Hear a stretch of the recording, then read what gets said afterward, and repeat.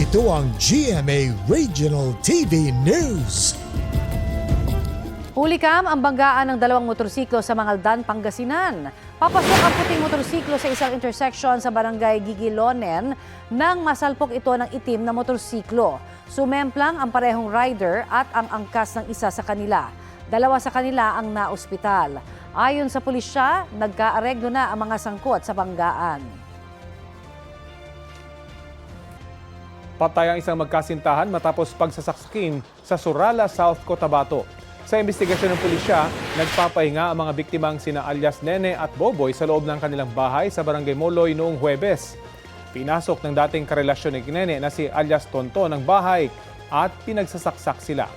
Umaga na kinabukasan nang madiskubre ang bangkay ng magkasintahan. Naaresto kalaunan ang suspect. Nakumpiska sa kanya ang isang bolo na pinaniniwalaang ginamit sa krimen.